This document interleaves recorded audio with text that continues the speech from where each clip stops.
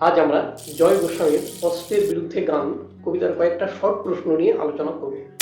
কিন্তু তার আগে আমাদের জেনে রাখা ভালো যে এই কবিতাটার মূল গ্রন্থের নাম কি। পাতার পোশাক। শর্ট প্রশ্ন নিয়ে আলোচনা করতে গেলে দুটো শব্দ খুব চোখে পড়ে। প্রথম শব্দটা হচ্ছে বর্ম।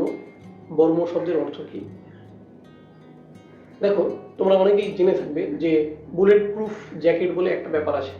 যুদ্ধে যখন সৈনিকরা যুদ্ধ করতে যায় তখন তারা একটা বিশেষ ধরনের পোশাক পরে, যাতে করে বিপক্ষের অস্ত্রের আঘাত থেকে রক্ষা পাওয়া যায়।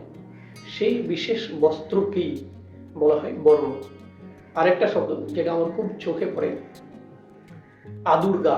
আদুর শব্দের অর্থ আদুর শব্দের অর্থ হচ্ছে খোলা বা উন্মুক্ত, অর্থাৎ সোজাভাবে বলতে গেলে খালি গা।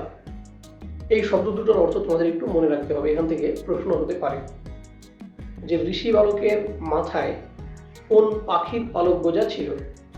তাহলে উত্তর তোমাদের অনেকেরই জানা আছে যে ঋষি বালকের মাথায় হচ্ছে ময়ূর পালক গোজা ছিল।